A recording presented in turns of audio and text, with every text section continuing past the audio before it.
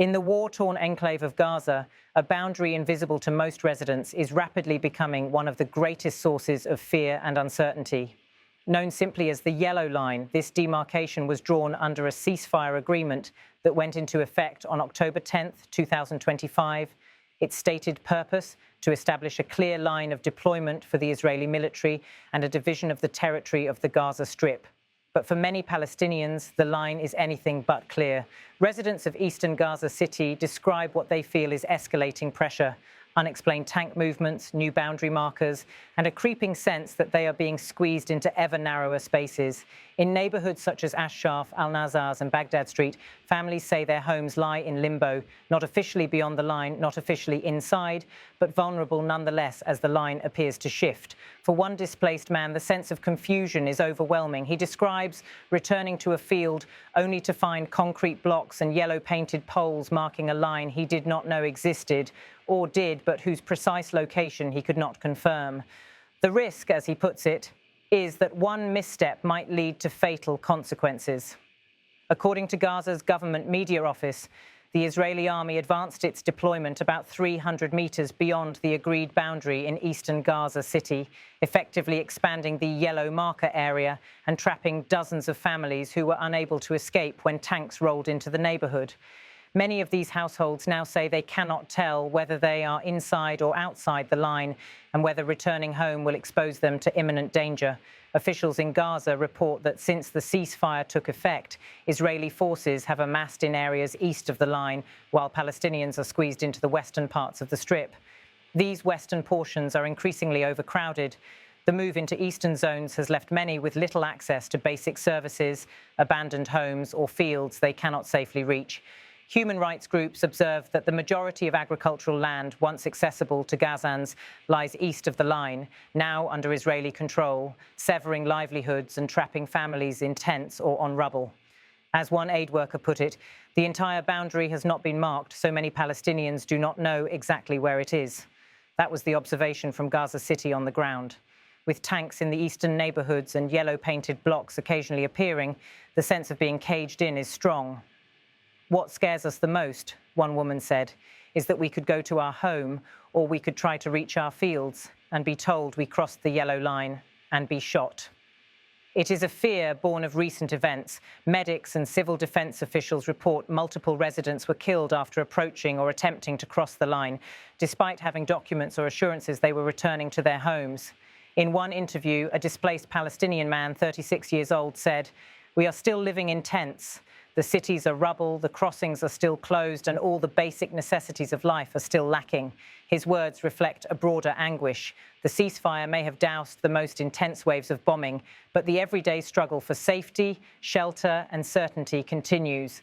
The establishment of the Yellow Line was meant to bring clarity.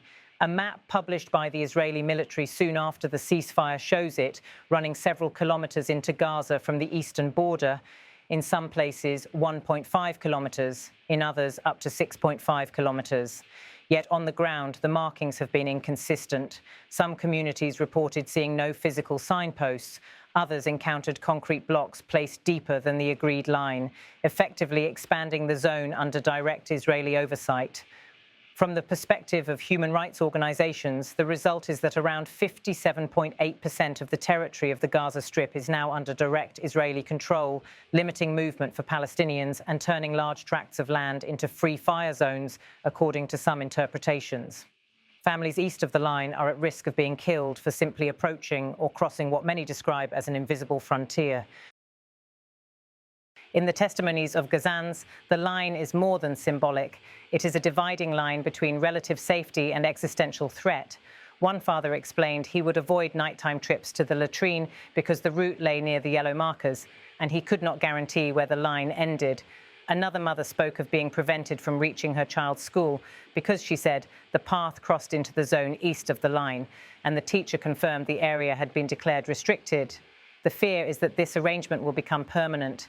Some analysts warn the temporary demarcation could evolve into a lasting boundary, de facto splitting Gaza into two zones, one under Israeli and international military control and the other under Palestinian authority. Such an outcome, many argue, would entrench division and displacement rather than merely serve as a step toward restoration and reconstruction. Palestinian factions in Gaza have already voiced rejection of this outcome. They say any arrangement that entraps them behind an unclear border and cuts off return or movement is tantamount to imposed guardianship and undermines self-determination. The sense of urgency is heightened by daily reports of ceasefire violations. According to one media office, Israeli troops have conducted strikes or shelling within zones ostensibly protected by the truce, raising questions over whether the boundary holds any protective value for civilians. Talk of an occupied zone and a split Gaza may sound abstract, but for many families it is the reality of their daily lives. Children play in rubble-strewn yards. Grandparents sit behind sandbags and tents once meant only for a few nights, now house entire families. Aid deliveries struggle to reach those trapped near the boundary. Fields lie barren because farmers cannot risk crossing the line to tend them. Homes east of the line remain uninhabited or off-limits, and western neighbourhoods are swelling with returnees who have nowhere else to go. In one eastern Gaza City neighbourhood, local officials say that families who stayed behind to guard their homes now fear they will not be able to leave safely if tank patrols or boundary markers shift further. Their fate, many say, remains unknown. The military logic is clear. By anchoring forces east of the line and restricting civilian presence, the Israeli military gains tactical depth and security buffer. For residents, it means they must navigate a shifting frontier, uncertain whether the ground beneath their feet is safe or lethal. In the coming weeks, the settled question will be whether the yellow line remains what it was meant to be, a temporary deployment line, or becomes institutionalized as part of a wider plan to reshape Gaza's geography and governance. For now, though, the line is a source of anxiety, an unseen checkpoint through which life in Gaza must pass. The words of one man sum up the predicament. "We are being pushed and squeezed into the western parts of Gaza." He said this as he eyed the yellow-painted blocks behind him, the tanks rumbling nearby, and the once familiar streets now transformed into zones of risk. As reconstruction efforts remain stalled, humanitarian access remains precarious and movement remains restricted, the question of where the yellow line lies is no longer merely strategic, it is deeply personal. For thousands of Gazans, crossing it is not an act of defiance, it is an act of survival.